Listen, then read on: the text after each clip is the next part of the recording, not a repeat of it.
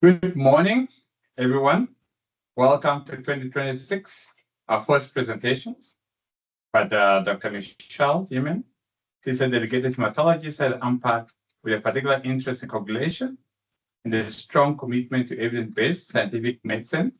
She began her academic training at University of Pretoria, where she completed a Bachelor of Science in Human Physiology, followed by Bachelor of Medicine and Bachelor of Surgery. Our clinical foundation was strengthened during her internship and community service at Tembisa Hospital, where she gained extensive hands-on experience in patient care across a broad spectrum of clinical disciplines.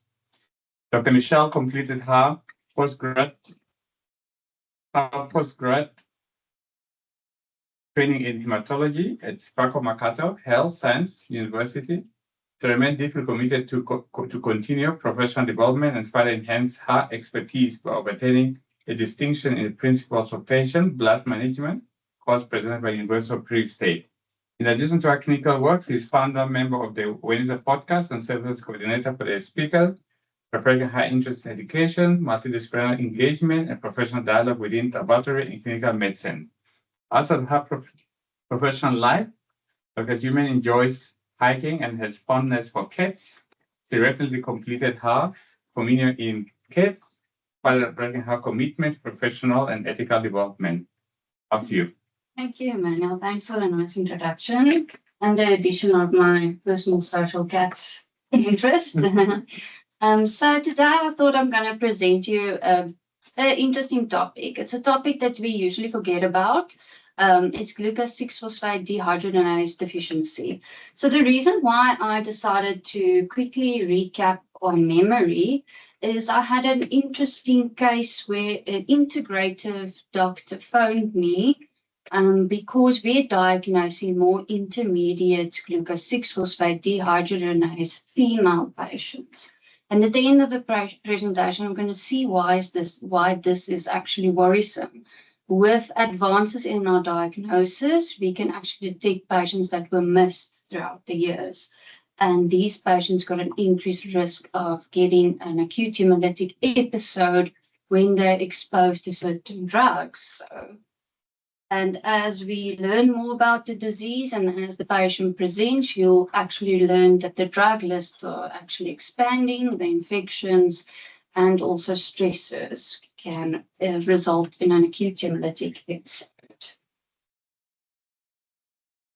Me and outline for today. So I'm just going to give you guys the introduction, definition, a little bit about epidemiology and where these patients do present. I'm going to touch on the metabolic pathways. We're not going to go into too much detail, but just to recap everybody's memory. And then the classification of glucose 6-phosphate dehydrogenase deficiency according to the WHO, the clinical features, how do we diagnose these patients? And there's a trick when you actually think you've got a patient with glucose 6-phosphate dehydrogenase, and I'm going to tell you about it. How do we prevent and treat these patients with references? So first of all, what is glucose 6-phosphate dehydrogenase deficiency? Like the topic says, it's actually where there's a decrease in your glucose 6-phosphate enzyme. And this enzyme is very important. It's the first step of your pentose phosphate in your red blood cells. It is actually an enzyme that can be found in all living cells. But this disease or deficiency only affects your red blood cells. So it is a housekeeping enzyme that plays a pivotal role in protecting a cell from reactive oxygen species. And it's one of the main functions protecting a red blood cell to reactive oxygen species. And it does so by preventing substrate to prevent oxidative damage. But it only affects your red blood cells. And the reason for this is, as a red blood cell matures, the nucleus will be actually pushed out of the red blood cell. So it's an anuclear process. These enzymes will then present in your cell, but as the cell mature or age, the amount of the enzyme decreases. So when was this first discovered? So it was actually noted in the 1950s after it was observed that some soldiers receiving anti-malarial drug primaquine developed an acute hemolytic anemia. So it is, like I said, due to the deficiency of this enzyme. And if you do have this enzyme, you're at risk of detecting or undergoing acute hemolytic episode. It could be due to infections, food, drugs, or oxidative stressors. The deficiency have different classes, and the severity is also based on the enzyme activity. If you do have a loss in this enzyme, it's not straightforward. You can be homozygous deficient or heterozygous deficient, and your enzyme levels will depend or vary. So this is actually a deficiency where you can clear-cut say how the patient will present. The reason why I'm presenting is this is actually the most common red cell enzyme abnormality. And it's also known with genetic heterogeneity, as I'm going to explain on the presentation forward. More than 400 variants has caused this mutation. It's mostly by missense mutation or point mutations. The lesions of this enzyme has also been characterized or noted, but there are different variants of mutation. And if you do genetic gene analysis, you can actually detect the type of mutation. But it's estimated that over 500 people are actually affected. This is about 7.5% of the world population. It is an X-linked recessive disorder. So what this means is if you have an affected father, the affected father has got one X chromosome and a Y. So the chances of him passing it over to his daughters will then be carriers, and he will have an unaffected son. But if you have a carrier mom and she can actually transfer it to a son being affected and also a carrier daughter. That's what it means with X linked. And also remember, a woman do have two X chromosomes, but because of the X inactivation in embryogenesis, one of the X chromosomes is inactivated. So she can be homozygous for the glucose 6-phosphate deficiency or homozygous affected. And this, you can actually then do the enzyme levels. And if you're heterozygous, it's been estimated that you'll have about 50% less of the enzyme in your body. The epidemiology is just to see that it's widely distributed. As I mentioned, about 7.5% of the world is affected by this enzyme deficiency. You can see in the Mediterranean area, Italy and Greece, and also there in Egypt. These populations actually, they are common to have the Mediterranean variant. And this variant is also a type of point mutation, missense mutation, common in that area. And these patients usually present with fafaism. So if they do eat the fafa beans or falafels, they can get an acute hemolytic episode. It's quite prominent in that area, and you do see it when it's in the fafa bean time where there's harvesting, there's an increase. The other interesting fact is if you see in the Central Africa region, it's also quite popular, and that is what they call the glucose 6-phosphate variant B, and that's usually in the African population. And it's usually an endemic or evolutionary protective against falciparum. So we'll say that actually your red blood cell enzyme has evolved in a way to protect to severe malaria. Because if you're a child and you get severe malaria, it's supposed to be protective. However, due to the state of hemolysis, it could actually be very dangerous to the children. But here you can see it's widely distributed, and also in South Africa, we've got cases. As you can see in South Africa, it's about 10 to 14% prevalence. So just a recap of the Epstein-Barr glycolytic pathway. And the reason why I put it here is remember that the red blood cell also needs to produce energy, and that's why I put it in here. It's very important to generate ATP. And then the first shunt, the pentose phosphate shunt, is where your glucose 6-phosphate dehydrogenase actually functions. It oxidized glucose 6-phosphate and it reduced NADP to NADPH. NADPH is very, very important. And that is the product of this enzyme that is needed to protect against oxidative stress, also the reduction of methemoglobin, and it's also involved in the production of fatty acids, steroids, DNA production, and the NADPH is also involved in the cytochrome P40 enzyme that is needed for drug breakdown. So you can see if you do not have this NADPH, there's a lot of problems that can occur. And that is why with certain infections, certain drugs, and certain stimulants, you'll present with an acute hemolytic episode. And also just to be a note, like I mentioned to you, this NADPH is also being produced in all the other cell lines. Like your platelets will have this enzyme, your neutrophils also. So if you do have the deficiency, remember your neutrophils got a shorter half-life, you'll have this enzyme in a certain percentage amount, also producing NADPH. Why is this important? Because it actually produces superoxide radicals, and neutrophils needed to fight an infection. So if you do have a decrease in this enzyme, you'll also have a decreased function in neutrophils' ability to fight infection.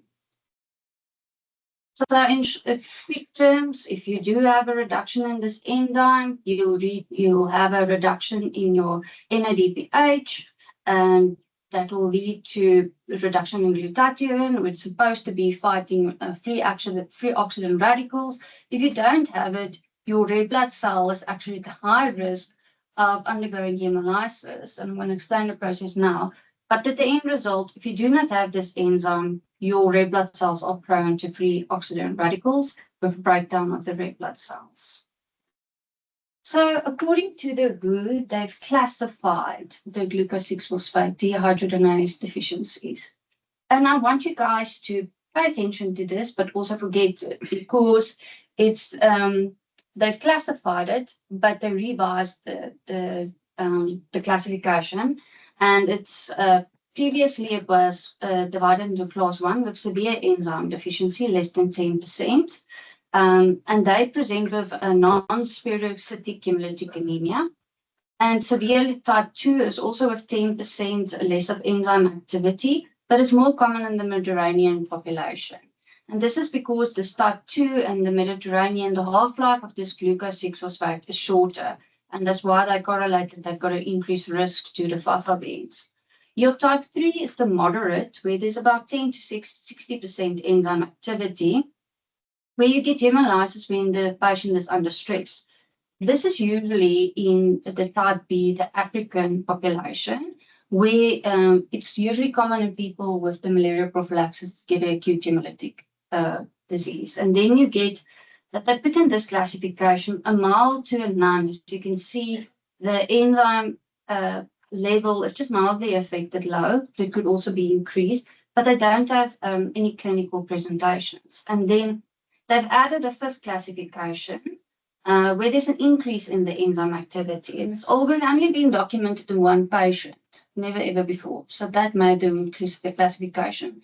So they revised it, and it's now going to be divided into A, B, and C, where A is going to be type 1, B is going to be 2 and 3 combined together, and 4 is going to be C. Unfortunately, it's just revised. The WHO has not updated or made it publicly, but it's going to change. What is the causative factors? I remembered with the 4 A's. First of all, antibiotics like cotrimoxazole, Bactrim, chloramphenicol, all those type of drugs you should actually avoid in these patients. If there's a high suspicion of having a glucose 6-phosphate deficiency, a family history of hemolysis, it's best then to treat the patient or to test the patient, do a screening test before you start these drugs, especially antimalarial chloroquine and primaquine. And also interesting, analgesia, high doses of aspirin can actually cause an acute attack. Also, your antiparasitic, your antihelmintics, beta-naphthol, which also cause an reaction. And then just infections, DKA, hepatitis, pneumonia can. And also interesting is mothballs, henna dyes, soy products. Actually, also they say tonic water and red wine can produce a reaction. And then fava beans, as we know, the Mediterranean area that they call favism. It's actually a situation where after they've consumed the fava beans within 24 to 48 hours, the child, it's usually a young boy, will present with signs of hemolysis. And if they stop consuming it, they will revert back to normal. But obviously it depends on the severity. It could mean that this boy needs a blood transfusion, supportive measurements until he is stable. But it's also note that if you do have favism, you or present with it, you have glucose 6-phosphate deficiency. But to note, not all glucose 6-phosphate deficiency patients will present with favism. And that's just with the heterogeneity of this enzyme deficiency. Yeah, I just put in for interest's sake. If you go and read different journals, you'll see that the list of the drugs that should be avoided will increase, or there'll be one be added. So it's quite nice if you think you have a patient, just to double check the drugs before you give it to the patient. And this is just the one of the recent journals. It's the first reference in my reference list that I added this, and I want you guys to look at it, because here what I realized, it's high doses of vitamin C. For me, that was interesting. I didn't know about high dose vitamin C that should be avoided in these patients. Because I thought vitamin C is an antioxidant or something that protects you, to help you fight infections. And the problem is when a doctor phoned me, he's a integrative medicine doctor, believing in herbicides and stuff like that, and he gives high doses of vitamin C to his patients. And we diagnosed a glucose 6-phosphate intermediate patient, two in his practice. So what do I actually have to tell him? You should avoid it and you should be with caution, because these patients will present with acute hemolytic reaction with high doses of vitamin C. So that was quite interesting. And also I wouldn't take the chance to know if I have a diagnosis in front of me to actually expose this patient to a stimulant. Also then another thing is the food is all the legume classes. So it will also include peanuts, soybeans, and chickpeas. And then for the infections, hepatitis B and A and pneumonia type. So what is the signs and symptoms of glucose 6-phosphate deficiency? First of all, most of these patients are asymptomatic. They need a trigger, infection, or a drug to expose themselves. We can pick it up in neonatal patients where there's jaundice within 24 hours of birth, and it's non-spherocytic hemolytic anemia occurring. So if you look at the blood smear, there's no spherocytes. The direct is probably also negative, so you won't think about hemolytic disease of the newborn. And the patient can present with signs of intravascular hemolysis that occurs. So he'll present with anemia. The HB will drop quickly. And it will present symptoms and signs of anemia, like shortness of breath, tachycardia, paleness. They'll also have stomach and back pain due to the intravascular hemolysis, and they can present with hemoglobinuria. Also, you can test for iron in the urine, hemosiderin, and patients can actually present with splenomegaly within this acute phase due to the hemolysis.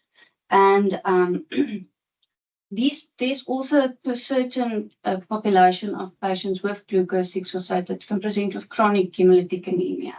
And they'll actually be known to the doctor because they will be prone to chronic hemolysis.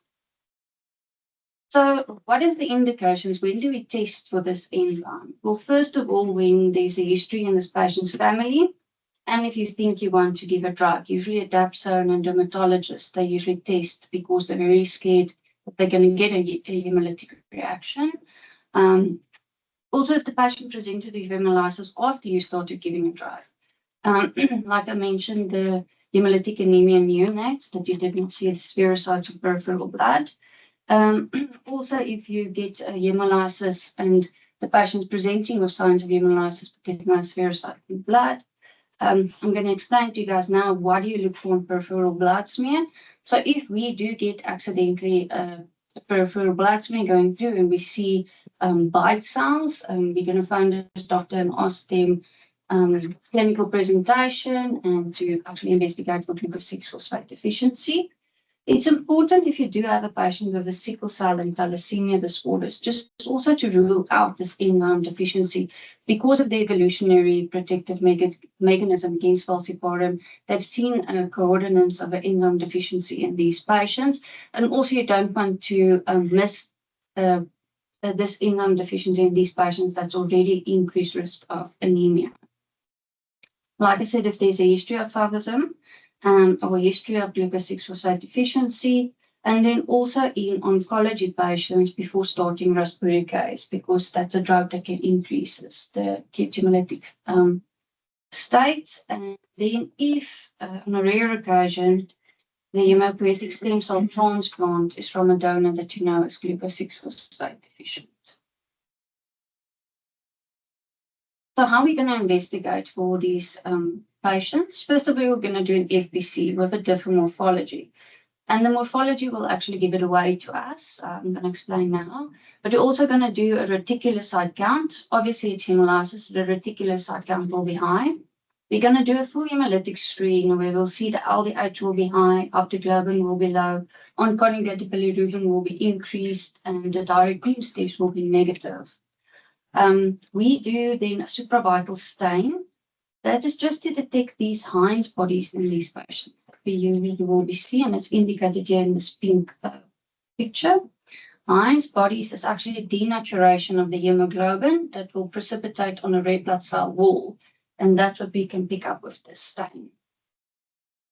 And then, like I mentioned, you're just going to clinically examine the patient with splenomegaly. And to screen this patient, there's a overall test that we call the fluorescence screening test or the spot test. But then you need to confirm it with a quantitative test. And then if needed, you can do molecular diagnostic screening. And I just want to show you in more detail how these patients' peripheral blood cells look. Like I mentioned, you've got an increased risk of oxidative stress. So the hemoglobin molecule breaks up, it precipitates on the side of the cell wall. It then moves throughout the splenic sinusoids, and the macrophage in the spleen actually goes and removes this Heinz body. The cell then moves through the venous sinusoids in the spleen, but it also tries and repair the cell wall. And then you can get a bite cell, or you can get what they call a basket cell, when the cell wall reattach. And that's what we'll see in the peripheral blood. You see here, you see the round cell. It looks almost like a cookie. Somebody took a bite out of it. That is the bite cells we see. These cells pass through the spleen, and the macrophage remove the Heinz body. Here you can see the red blood cell try to, again, attach to red blood cell membrane, and you get this nice, that they call blister or purse cells in the peripheral blood. You'll also get your red blood cell fragments, the red blood cells that have been broken down throughout the process because they're fragile, and you'll see that. So this is a picture that if you do get a patient with a low HB, signs of hemolysis with the other chemical test, and this blood picture, you'll have to exclude a glucose 6-phosphate deficiency. So it's quite nice. Morphologically, you can actually diagnose these patients. So what is the fluorescence screening test? And I put it here for you guys to see. So what I do is they'll take a patient's blood, whole blood, they'll mix it with glucose 6-phosphate and NADP. Then they'll incubate this patient. They'll put about 10 microliters at 0 time. Again they'll again at 5 minutes and 10 minutes. And what happens is if the patient has glucose 6-phosphate, you can look under a fluorescent light and it will fluorescence. So in a normal patient, at 0 time, 0 minutes, there'll be no fluorescence. But at 5 minutes, there'll be moderate fluorescent activity and peak fluorescent activity at 10 minutes. So if you do have a patient that's intermediate, like the heterozygous female, there will be no activity in the 0 time period. But at 5 minutes, you can see a mild reaction, and at 10 minutes, a moderate. So as you can see, this is very interpretive biased. You can miss actually this intermediate patients, and you can maybe classify them as normal. And that's what usually happened a few years ago with the screening test. So this is an excellent test if you want to screen a population not having active hemolysis. The trick is with glucose 6-phosphate deficiency is not to test these patients when they're having an acute hemolytic episode. So while they're in front of you, do not order this test because they've got an increase in reticulocyte count, and reticulocyte count is like young red blood cells. They have a high enzymatic content of glucose 6-phosphate. So you're going to get a false normal. Or if the patient's got a severe anemia because of the hemolysis, you can get a false deficient because there's not enough red blood cells to actually do an accurate test. And like I told you guys, glucose 6-phosphate is also in your white blood cells, neutrophils, as well as platelets. So what happens when the patient's undergoing an acute hemolytic episode? Your EPO or erythropoietin will increase, but it will also stimulate a reactive thrombocytosis. So you have an increase in your platelet count. If there's an infection, increase in your white cell count. So you're not going to have a valid spot test. That's the point of this. So it's best to do a spot test in a patient without any signs or symptoms of hemolysis. Then it will be accurate. So at Ampath, we've got the semi-quantitative glucose 6-phosphate test. So this measures the enzyme compared with your hemoglobin level. It only needs a small amount of blood, and it also uses the same principle as the spot test. There'll be a buffer with coloring dyes with glucose 6-phosphate and NADH or NADP, and if the enzyme is present, there will be a fluorescent, and it will be colorimetrically detected. And this test is quite quick. It's a point-of-care test. And you can buy the strips and the buffer. It comes with the pack, and you can get a result within 2 minutes. And here's the reference ranges for that quantitative measurement. As you can see for males, it will be quite straightforward. We will be able to see if they're deficient. It's not applicable for intermediate because a male is usually all normal or deficient because of only one X chromosome. With the females, you can get the deficiency if there's homogeneous. If they are heterogeneous for the X chromosome, you can get the intermediate. And this is where this test is very important. So we can pick up the intermediate females. And if they're normal, they'll have a level of 6.1 and higher. So this is quite important if you do have an intermediate patient because you don't want to expose her, in the case, to a high dose of vitamin C, which is going to have a risk of detecting acute hemolytic episode.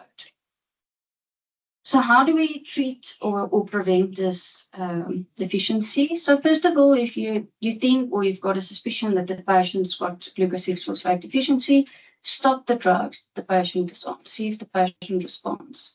You need to educate these patients also to avoid oxidizing substances. It's important. And what I want to implement here is you can actually get a dietitian to assist these patients. I went and read on what diets to avoid, and it's actually processed meats as well. That will say bacon, ham, even hot dogs, that there's nitrates used in these processed meats that can actually provoke an acute hemolytic episode. So all of that stuff, I think it's important for someone that's been diagnosed with this deficiency. If the patient has got an infection, you need to treat it.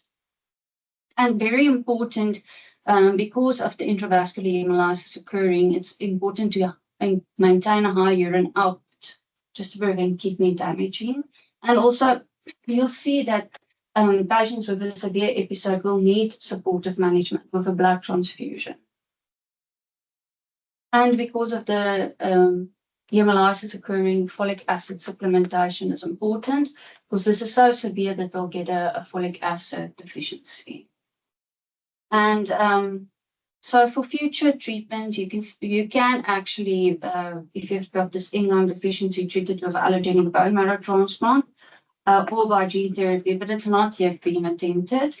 And they've shown that these stone deacetylase inhibitors can actually increase the synthesis of this enzyme. So if you need it, but as I know, this is just research information. So in conclusion, like I said, this is the most common human enzyme deficiency. It is not a disease, but it's a widespread genetic trait. And it can protect against the heterozygous against dying from malaria. And we actually need a high index of suspicion to adequately diagnose these patients and to prevent hemolyzing by minimizing drug triggers. And also, it's important that acute hemolytic anemia in these patients isn't a medical emergency. And if it's not appropriately treated, it can be fatal. Unfortunately, a few patients have passed away due to the acute hemolytic episode. And that is my references. So I just wanted to recap you guys on the most common red blood cell enzyme deficiency detected worldwide. Thank you, Michelle. This was quite a very insightful presentation. Sorry for the phone call, but it's clear that we've been on holiday and forgot to switch them off. But I think this is really quite a nice presentation. We have seen 5 big cases in midstream, the patient that really come with a glucose 6-phosphate, and most of the time as a doctor, you're in a hurry, then now you get caught up because you got the glucose 6-phosphate, you kind of have to start looking which drug to prescribe. You're concerned and everything about that you don't really get hemolytic reaction. So, and I mean, we also know that the glucose 6-phosphate disease, it's a mutations and really has 2 benefits. One is the good benefits, protects you against malaria in Africa. Someone's got a good thing. But at the same time, it can be fatal in the countries where there's no resources to detect the test. Now, I mean, the test, how easy is it available and how expensive is it? Is the test available in all the laboratory or is it only for PATQ? I think the screening test is quite cheap and it should be available, I think, in every area where there's a high prevalence. The sisters can actually all that's being educated to use it. We've done it in the state sector. It was available there, but I think with technology improving, I mean, you can now have a point of care test available. So I do think, I don't know about care, but we've got the point of care test. I'm sure you guys probably also have. What is the diagnostic sensitivity of your ST biosensor at those cut points? Can we say, is it 100% sensitive? I'll have to look at the package insert to give you a good sensitivity if it's a screening. Yeah.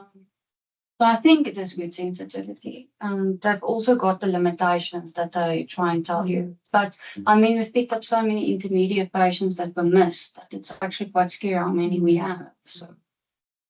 I just want to get back to your clinical diagnosis of this. As I understand correctly, so you will have, first of all, hemolysis picture. Right? Yes. And then you would do the regular thing. And then the one thing is, you said the direct Coombs, is that correct? So you'll do a direct Coombs. The reason for it is the patient will present you with hemolysis.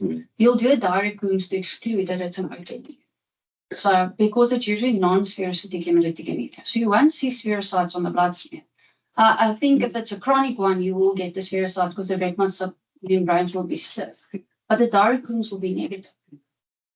And then you also said that you have to wait for this acute phase to resolve before you can make the diagnosis. So it will be in your differential. Yes. Okay. So the thing is with the direct Coombs, you can exclude an hemolytic anemia. So that's safe. And then you can say with morphological features, it looks like glucose 6-phosphate deficiency. And then according to the guidelines, you should actually wait 2 to 3 months after the episode before you do this test. And I think it's to do with the red blood cell lifespan and to decrease the event of reticulocytosis. To get an accurate. But we don't use a lot of high-dose vitamin C. I know where they use it is in cardiothoracic surgery, which also makes it complicated because obviously there's a lot of other reasons for a drop in HB. And it's probably something that we have to consider. I screen the patients, these people that go in for particular. I think I mean, yes, you're right about the vitamin C. I think vitamin C, I remember very well that was in 2017, 16 there. It became a really, really kind of every clinician's kind of knee-jerk kind of reaction.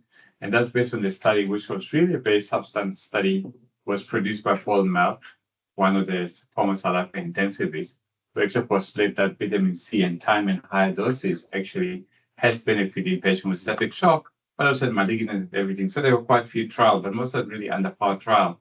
That's when vitamin C became a power. So up to now, obviously, I didn't really cover it. Obviously, it was found that the studies were flawed.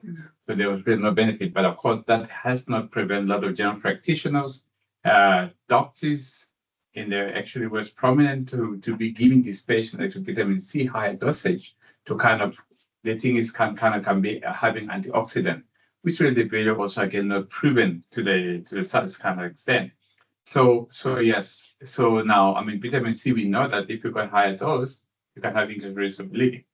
And also got high risk of kidney stones and other factors which play a big part of it. But obviously, I mean, one of them is the glucose 6 phosphate. You see that can trigger actually hemolysis, isn't it?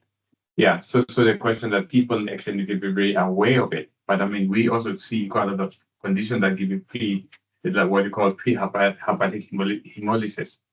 And I think that it's become very difficult to distinguish which one. That obviously, I think one of the approach, I think if you do go to medical student, like when we study, one of the things you need to know is about glucose 6 phosphate as one of the causes of what they call intracorpuscular hemolysis.